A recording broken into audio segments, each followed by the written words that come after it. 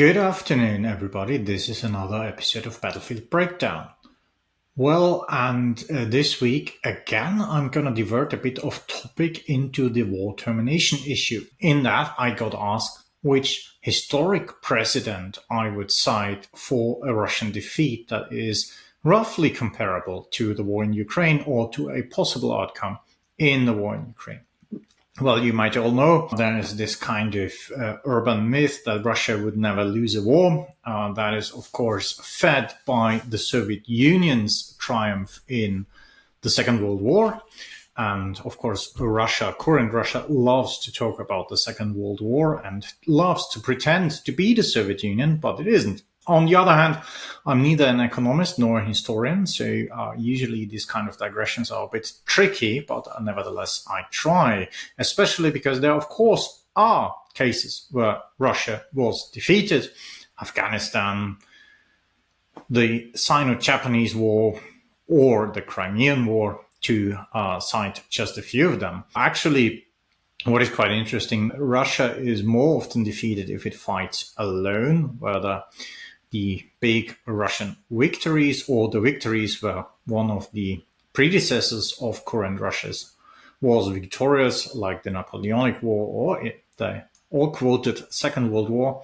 Russia fought as part of an allied coalition and could render allied support, basically equalizing some of its own domestic weaknesses, particularly in terms of finances and war economy. This time again, it fights alone. So actually, purely statistically, that would mean that the chances for losing are higher for Moscow. But yeah, what would I choose as a kind of example? And that I actually would choose the First World War.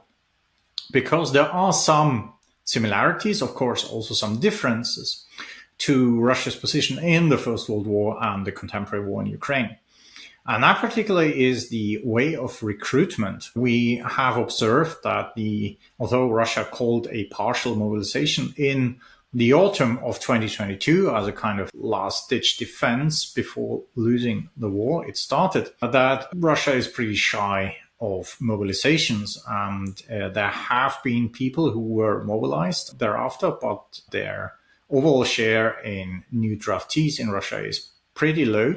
Most of the people who join the ranks of the Russian army are volunteers, and they volunteer either after conscription or they volunteer just straight out of society. And Russia has basically in each year of the war recruited 350 to 380,000 new contract soldiers, which is a staggering number. And it has, of course, offered very generous terms of service. It has offered generous compensation payments for widows, for the families of servicemen fallen in the war.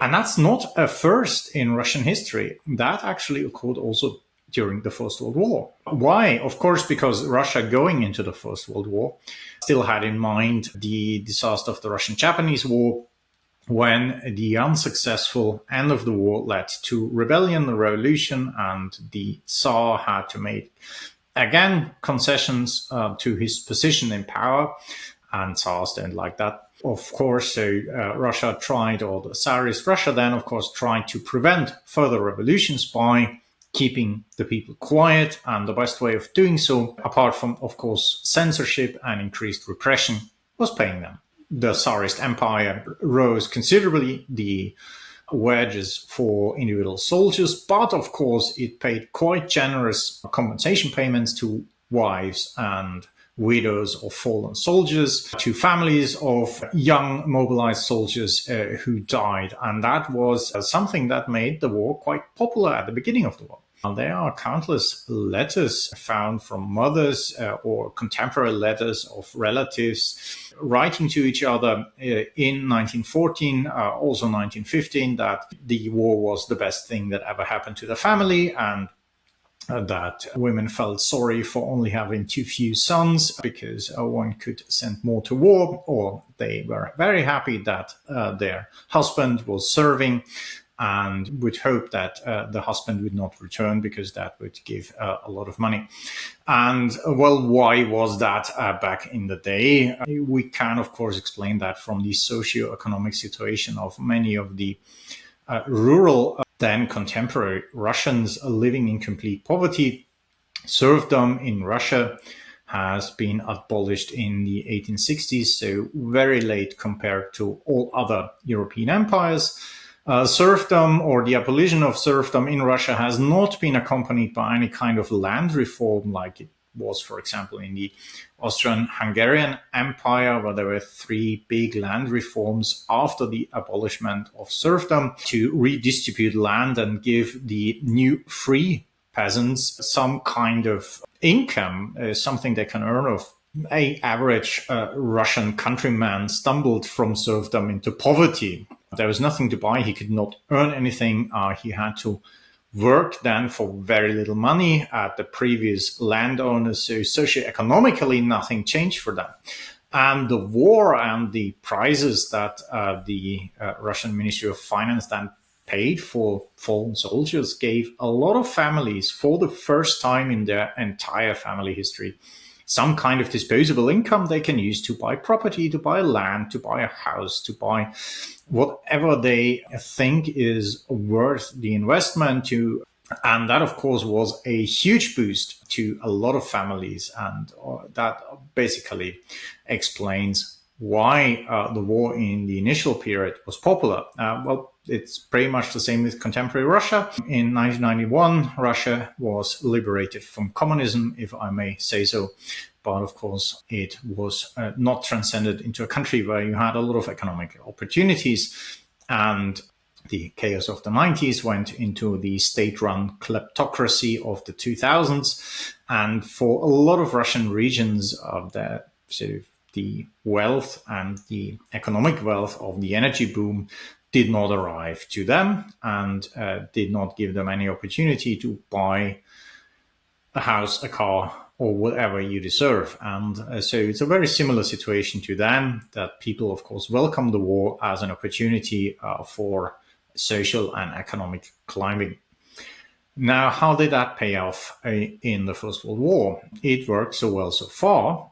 The war was fairly popular for Russian standards. There were no big revolts in the initial years. And then in 1916, along came the Brusilov offensive. Well, this offensive was successful in military terms. It almost knocked Austria-Hungary out of the war if it weren't for Germany providing a lot of help. It, of course, caused a lot of disarray in the Central Powers' war plans, but it came at a huge cost in human lives for the Tsarist army. And the huge cost in human lives meant, of course, a lot of payments to widows and families. And by 1916, this sharp increase of payments meant more trouble than good, because by then, of course, the commodity market, or the Russian domestic commodity market, was pretty much bought off already. The land that was for sale was sold. Food prices started to rise. The influx of printed money into society without providing a lot of consumer goods you could buy for it, of course, made inflation skyrocket. Russian domestic defense industry was struggling as well. Basically, they had too few skilled labor to work in St. Petersburg or Moscow in the big factories. They had to increase the wages to compete with the armed forces, because it was easier to make money joining the war effort, but then you were, of course, lost for the defense industry. The Tsarist Empire, anyway, struggling to industrialize, had to increase the wages of many urban workers who suffered from inflation, who suffered from rising food prices, because, of course, farmer and the countryside population got richer because of the war. They demanded more money in case they shipped their food to the urban markets. All that spiraled up inflation in the Russian Empire.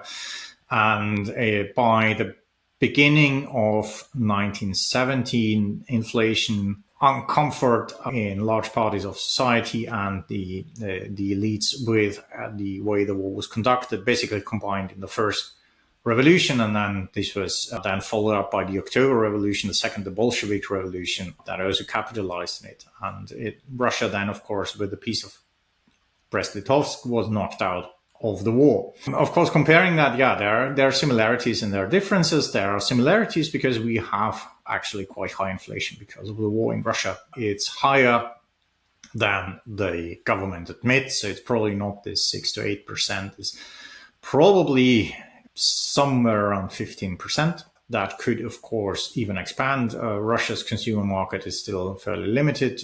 Nevertheless, the government throws money into it. A Russian defense industry, again, is looking out for workers because those people who seek fast money have joined the war. And there's a shortage of skilled labor. There is, of course, a problem for the regional governors to fulfill the quotas of the Ministry of Defense. And this is becoming more and more difficult to fulfill because quotas are going up because of the high losses. But on the other hand, a lot of the people who generally are willing to join the war effort because of money have already joined. So you need more and more money to convince the same amount of people to enlist and sign up. We see that regions start to compete for people to sign up, that the payments for signing up have risen across the regions, and they rise pretty sharply since the beginning of 2024. And that further increases inflation because now the state, of course, throws even more printed money on the market. A lot of money printed around for limited supply, and that, of course,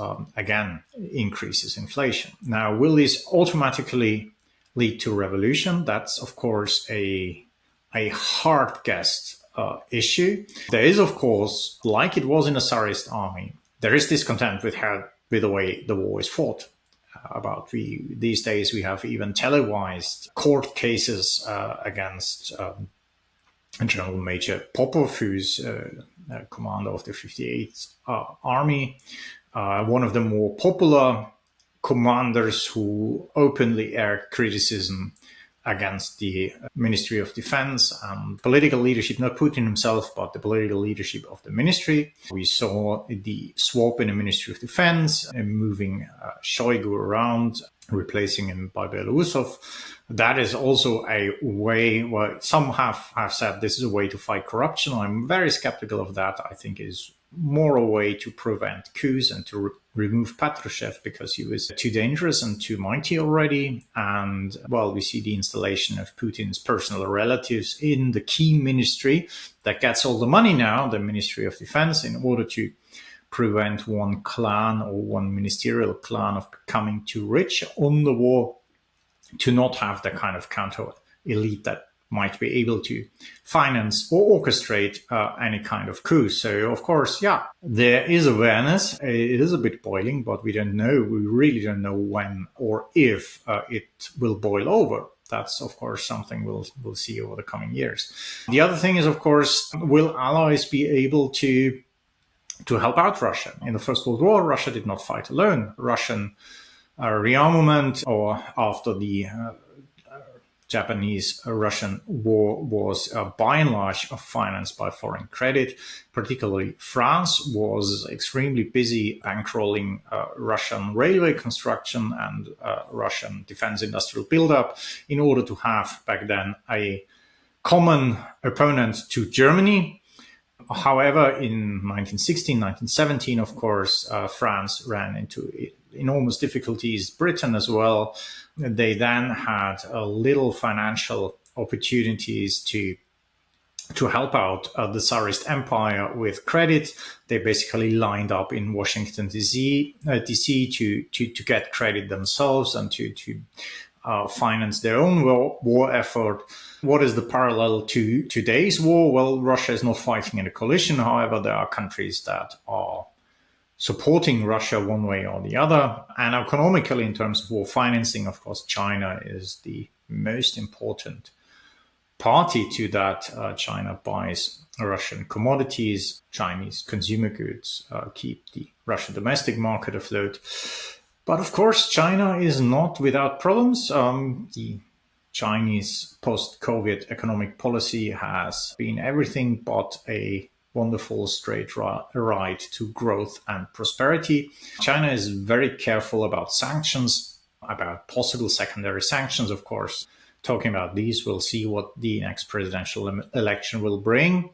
In that environment, of course, there is Chinese assistance, but Chinese assistance is quite limited. And that, of course, may change to the better, to the worse for Russia. That is, of course, something that the West can play on, because the American Chinese and the European Chinese trade relations on which Chinese export rests can be, of course, harnessed to blackmail them for not supporting Russia. If you have the guts to do so, that would be my first prescription on how to influence the Russian war economy. The other thing is, of course, increase sanctions. Every bit of sanctions, regardless how small it is, creates trouble in the Russian war machine, increases costs to either substitute a certain product you don't get or go on the black market to purchase it.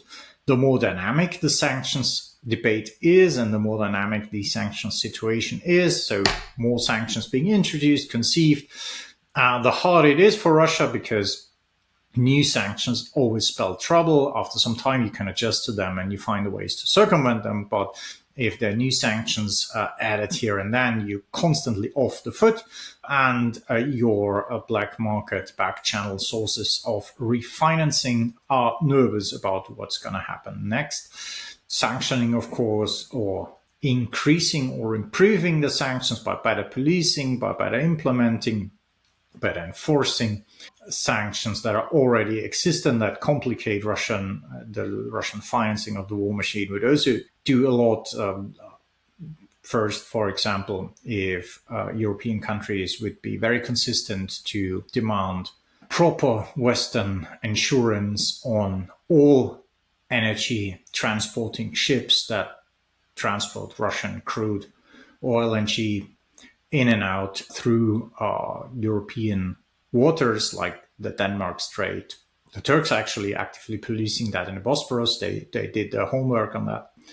That would increase costs. Increased costs for Russian energy export means less revenue, less foreign currency revenues. And of course, if you're in an inflation-riddled country where the printing press is the prime source of domestic money, it means more inflation. If you lower the oil price cap, you create further trouble. If you block LNG exports and sanction that, you cause further trouble. There are a lot of ways. Of course, they will not individually and for each and every measure bring down Russia to its knees, but collectively, of course, they increase the problems and predicaments Russia already has fighting the war. And the example of Russia in the First World War is pretty indicative of what might happen if the stabilization policy, the monetary stabilization policy towards society goes out of hand. And that is a very tight road, a very narrow road that Russia walks now economically. So yeah, if you push here and there from the side, even smaller sanctions that by itself, again, would not do much harm, might tip them over. And in that case, of course, there is no certain recipe on how to do that, how to repeat history. History is generally not repeated on a perfect one-to-one path, but it gives an indication on where to go, where to push, what to do, how to pursue the support for Ukraine, which of course has a military side and an economic side. What I also mentioned, banking sanctions. We now have banking sanctions that de-SWIFT certain big Russian banks, but most banking business now with Russia goes through smaller ones. And of course, the bigger ones use the smaller ones as franchises or as front plate banks. If you would introduce banking sanctions on the Iranian model, that you basically exclude all banks and only gave a special allowance regime for the purchase of very urgently needed goods such as essentials, nutrition essentials, medicine, etc., you would spoil havoc amongst the Russian banking sector. So yeah, it's not something that would be out of reach for the West. Of course, it would need collective political will to do so. And that, of course, is up to public demand to politicians, not to rest in comfort that symbolic support is enough. We really have to hold politicians accountable for what they do and what they don't do, and point them towards the, for now, lacking strategy on the war. How and on what terms do we want this war to end? And what are all the measures and tools we should use to achieve that? That is a question that hasn't been concisely answered by politicians. I will not take as long as it takes as an answer, as long as I don't know what it actually is. And with that off topic, Battlefield Breakdown, I wish you a very good week and goodbye.